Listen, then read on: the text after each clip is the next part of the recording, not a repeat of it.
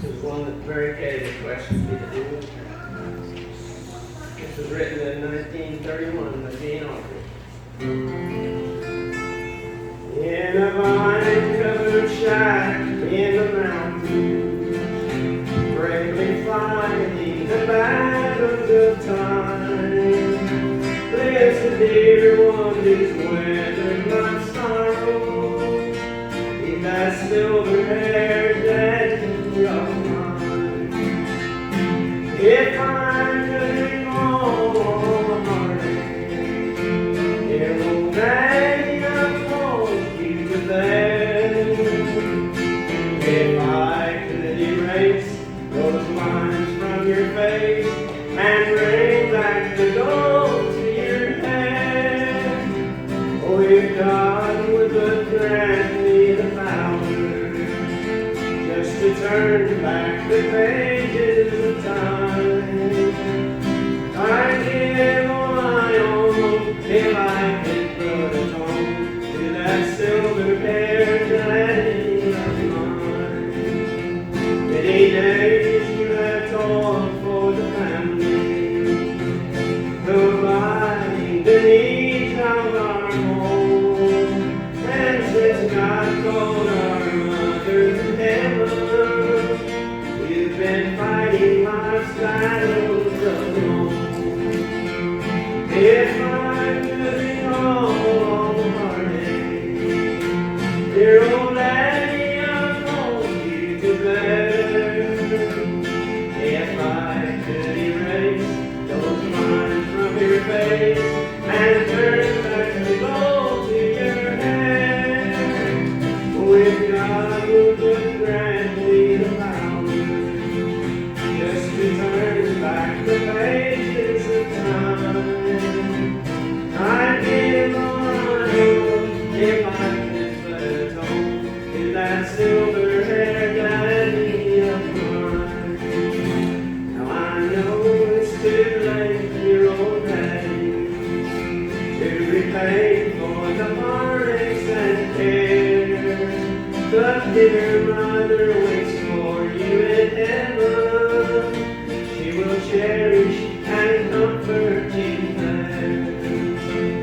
If I could recall all the heartache, dear old daddy, I'd hold you to bear. If I could erase those lines from your face and bring back the gold to your hair, oh, if God would but grant me the power just to turn back the pages of time, I'd give all I own if I could put a tone to that silver-haired daddy of mine.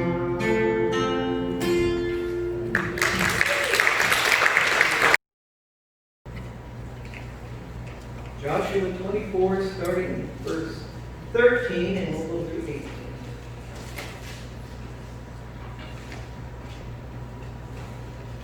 I gave you a land on which you had not labored, towns that you had not built. You live in them, you eat the fruit of vineyards and olive yards that you did not plant. Now therefore revere the Lord and serve him in sincerity and faithfulness. Put away the gods that your ancestors served beyond the river and in Egypt, and serve the Lord. Now, if you are unwilling to serve the Lord, choose this day whom you will serve, whether the gods your ancestors served in the region beyond the river, or the gods of the Amorites in those lands you are living.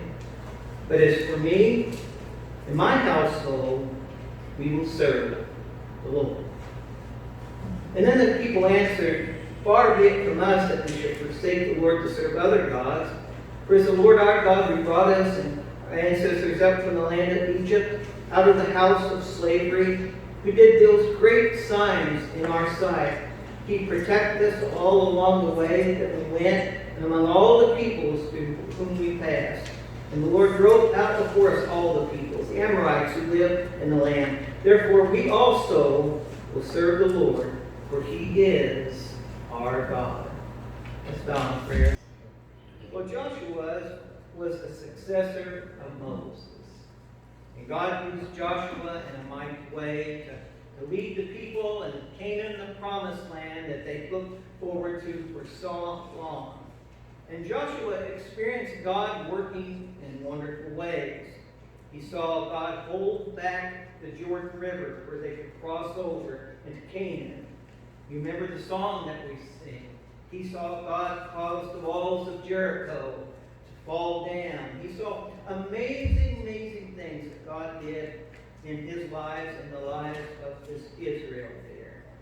And so now, as we look at this passage, Joshua was really getting up there in age. You know, we had our oldest dad and our youngest dad. Well, you're all young compared to how old Joshua was at that time. He was really getting up there. And so he calls all the people together and he speaks to them about following the Lord.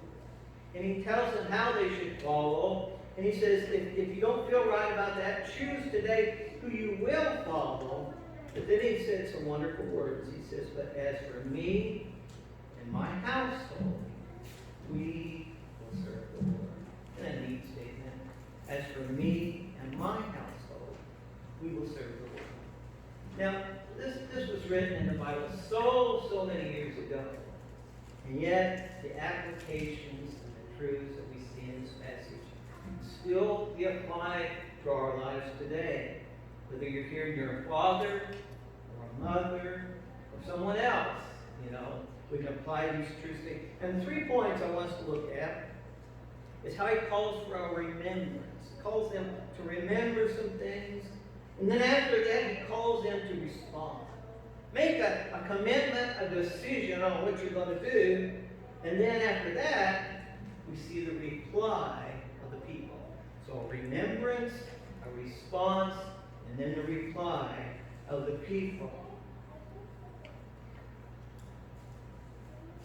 He tells them, God gave you these things. You notice when we first started reading the very first verse, he says, I gave you a land. Now when you think of your homes and your cars and the things that you have, don't most of you feel that you work for them, didn't you? You work hard for those things that you had. And that's good. You know, when God made Adam and Eve, he put them in the garden. What did he say? What was the first things he says? I want you to work in the garden and keep the garden up. So that's good that we work for what we have, even though we know God is in the background working things up, opening up. But on the other hand, as God tells them, I gave you these things, think of all that God has given us today. That we didn't earn, we didn't deserve, he just gave to us.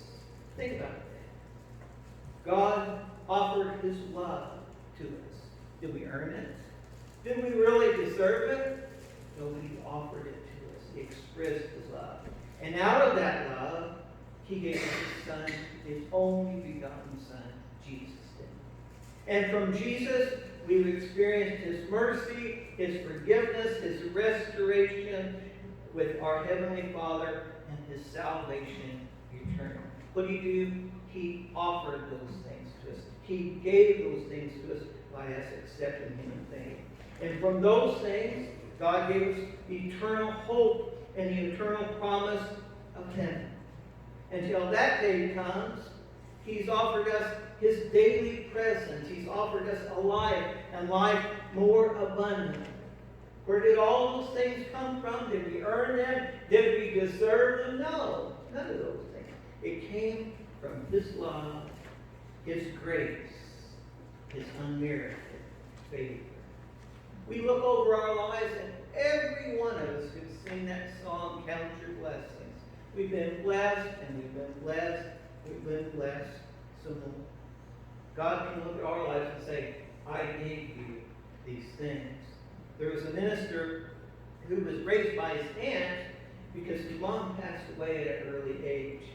And she was very ill, and he went by to see her, and he looked at her and said, should I get down on my knees and pray for God to bless you? And she says, no, my boy.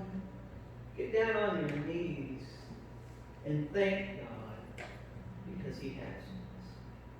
Because he has us. And when we think of all that God has done in our lives, just through all the years, He's blessed us in many ways. And so that brings us to the second point. Joshua calls for a response.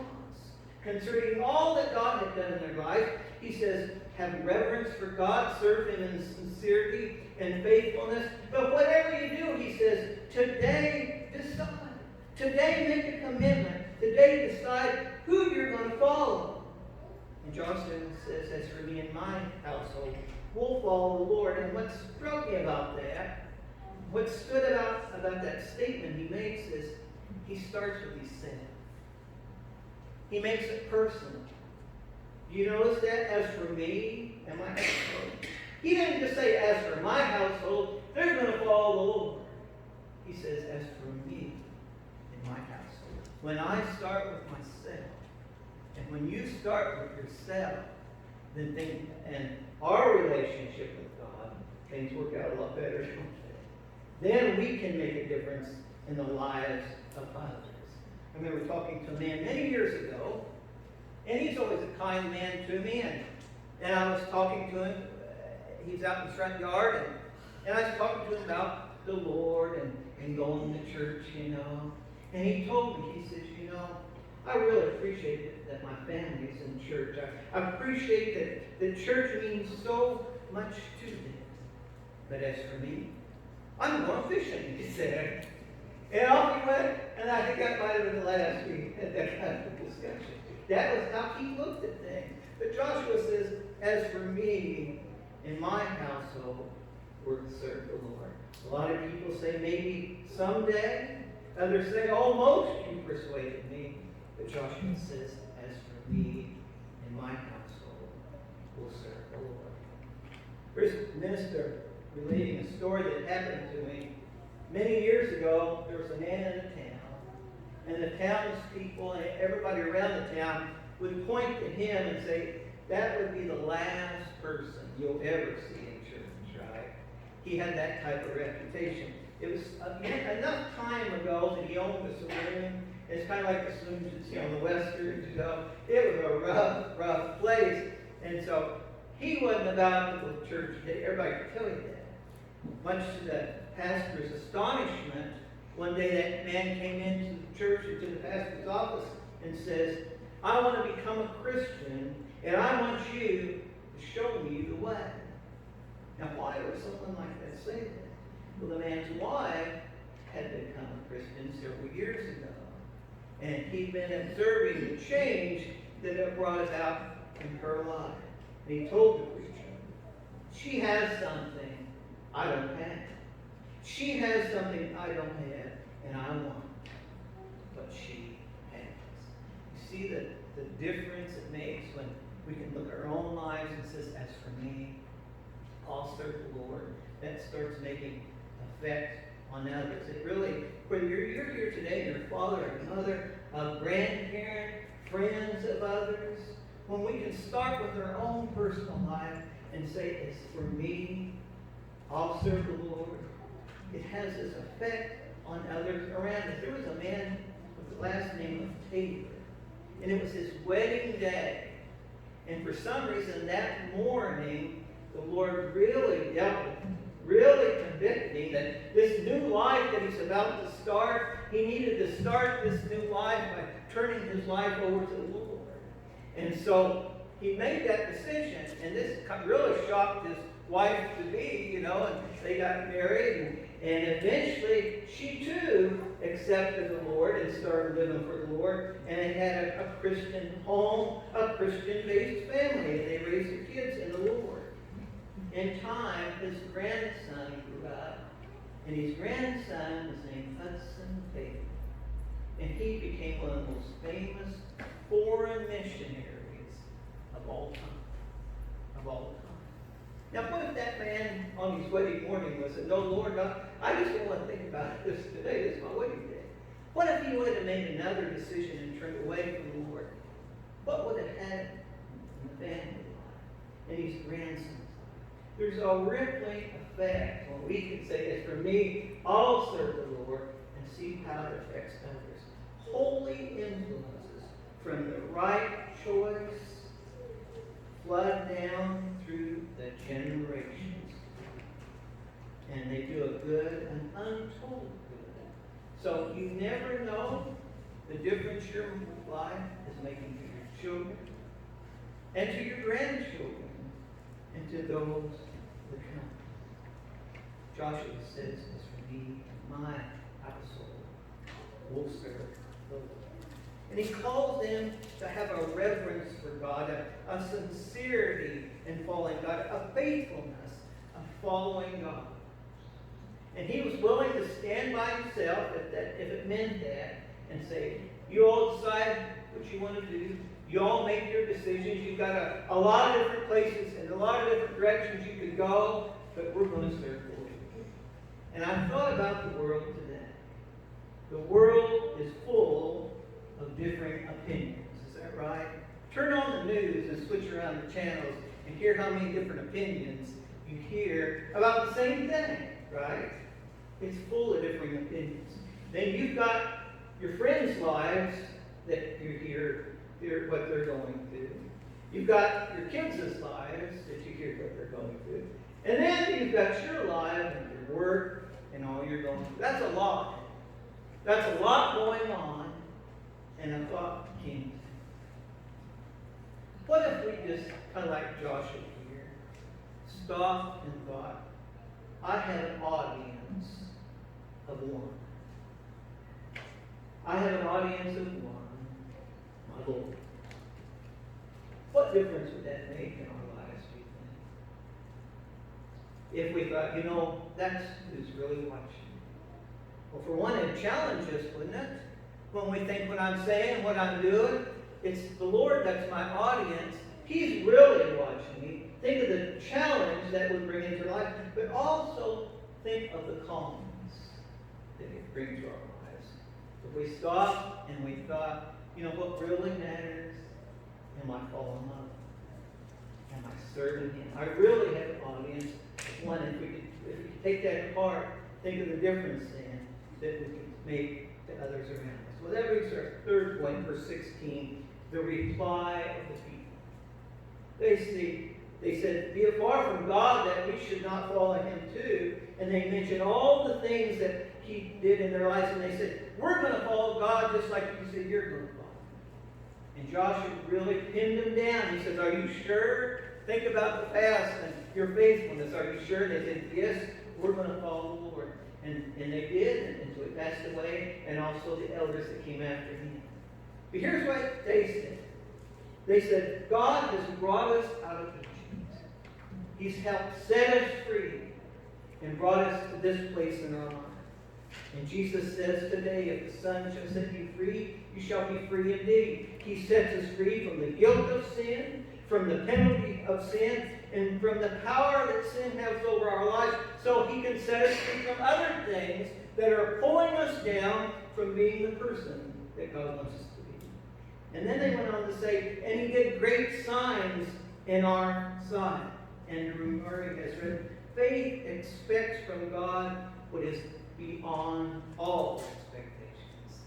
That's what faith is. Faith expects from God what is beyond all expectation. You know what? Before they crossed the Jordan River, Joshua looked at the people and said, sanctify yourselves, for tomorrow God is going to do wonders. And the next day God did wonders, and He's still a wonder-working God. We'll be open to it in that wonder. And then they go on to say how He protected them as they marched forward and as they went forward. And think about it. How many times has God protected us in life that we didn't even realize it? Do you think He does? Yes, He does. He protects it. He keeps that from happening, or us from doing that sometimes. He protects us in ways that we don't even know. There was a dad and his little son were working together in the garden, and the son was assigned to pick up some stones and put them in the ditch, and finally he started crying out, there's one I can't lift. I've tried with all my might, and I can't lift it. My son replied to Father, you didn't try with all your might, for I was here as a part of your might, and you did not help me, and you did not ask me to help. There are remedies and resources with God when all human strength fails.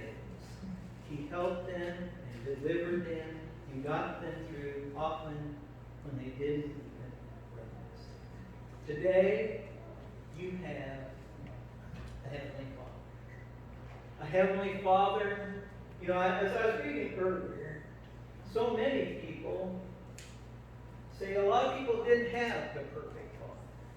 There are some people, you know, in our little areas, most people, when they think of their dad, it's a good thought, isn't it? But not everybody has the perfect Father. And they say sometimes that's hard then for them to think of God as this loving Father, but He is.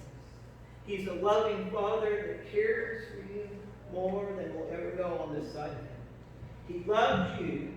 He cares for you. He wants to provide for you. He wants to lead you. He wants to protect you. And you know what? As a loving Father, He believes in you.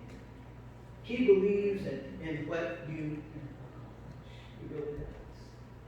And I think a lot of times He has a lot bigger plans for us than we even realize.